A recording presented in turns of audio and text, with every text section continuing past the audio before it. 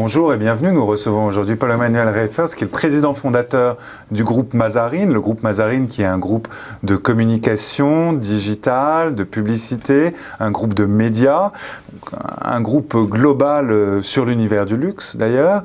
Paul-Emmanuel Reifers, bonjour. L'an dernier, au moment de la FIAC, vous aviez ouvert les bureaux du groupe Mazarine au public et aux artistes, en particulier à Claude Lévesque. Cette année, vous investissez un nouveau lieu qui est le studio des Acacias que vous venez d'acheter.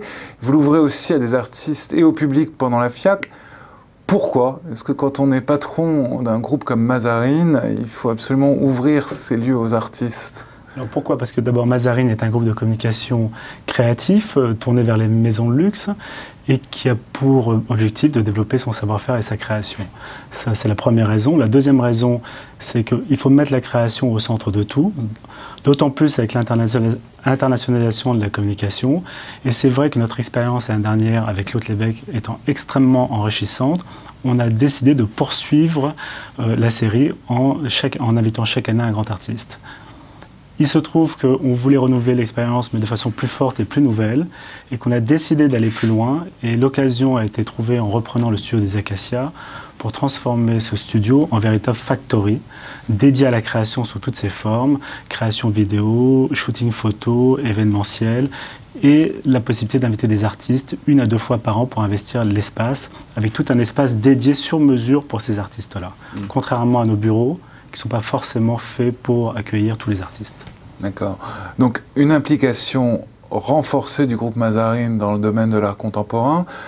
Est-ce qu'aujourd'hui, au-delà même de votre goût personnel, je crois que vous-même vous êtes collectionneur, c'est une obligation d'entrepreneur justement d'avoir cette implication quand vos interlocuteurs sont le luxe et on connaît les liens qu'entretient le luxe avec l'art? Alors, effectivement, on voit l'implication du luxe dans l'art contemporain.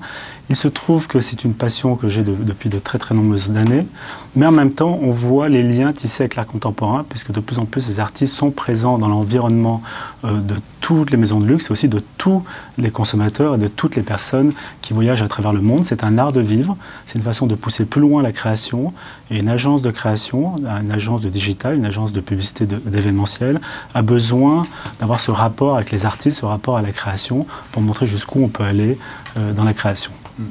Alors, dans les acquisitions du groupe Mazarine cette année, il y a 2 grandes acquisitions. Ce studio des Acacias, donc, qui était un studio de photo mythique, je crois, où Avdon et d'autres ont shooté. Il y a aussi eu le titre de presse numéro et ses prolongations internationales.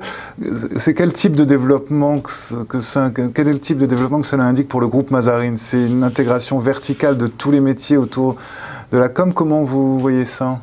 C'est pas l'intégration verticale au sens, comme on peut l'appeler en sens économique, c'est-à-dire on va acheter des entreprises en dessous pour avoir plus de création de valeur financière. C'est plutôt... Vous avez toute la chaîne. Oui, mais c'est pas l'idée. L'idée, c'est de développer la valeur vers la création. Donc on descend pas vers l'impression, la production, on va justement vers la création de valeur, et justement vers la création immatérielle, qui est l'art, qui est un magazine. Un magazine, c'est fait pour mettre en avant une liberté de création. Donc c'est plutôt pour se tirer vers le haut et s'approprier une création et justement avoir une connaissance très forte que nous allons vers ça. Donc c'est une vision plutôt de progression de valeur créative de l'agence plutôt que d'intégration de valeur au sens financier des choses. La même chose pour un studio photo. Aujourd'hui, il ne s'agit pas d'avoir un studio photo intégré pour économiser des coûts, parce qu'aujourd'hui, vous pouvez louer n'importe quel studio partout, dans Paris ou à l'extérieur pour faire des photos, mais plutôt pour rapprocher la création vers vos équipes, pour justement avoir cette création au centre de toute l'agence et créer de la proximité et un service par rapport à tout notre environnement, tous nos clients. Pas que nos clients, les grands photographes aussi, les meilleurs retoucheurs, tous les gens qui tournent autour de la création, les ramener vers nous. D'accord. Dans le même temps, vous avez fait des acquisitions et le groupe s'est également développé à l'international, je crois, avec une forte implication sur la Chine. Pourquoi et comment ressentez-vous justement l'atmosphère en Chine en ce moment ? Alors, effectivement, on s'est développé très fortement vers la Chine, puisqu'on a développé une joint venture en Chine, à Hong Kong, à Shanghai et à Pékin, avec une grande famille chinoise. Pourquoi? Parce que c'est vrai qu'il faut pouvoir accompagner nos clients dans le monde. L'un des marchés les plus porteurs jusqu'à présent était la Chine.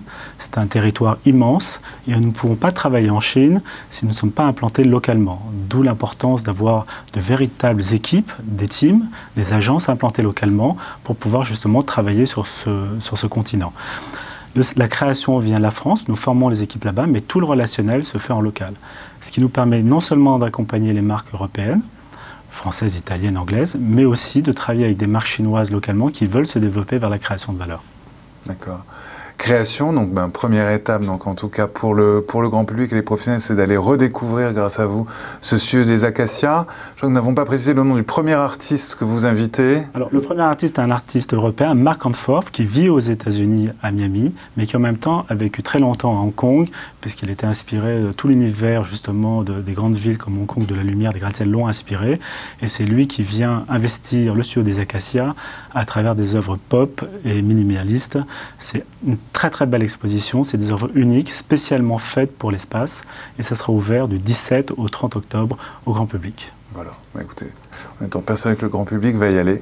Paul-Emmanuel Reifers, merci à vous. Merci beaucoup. Merci à vous et à la semaine prochaine. Au revoir.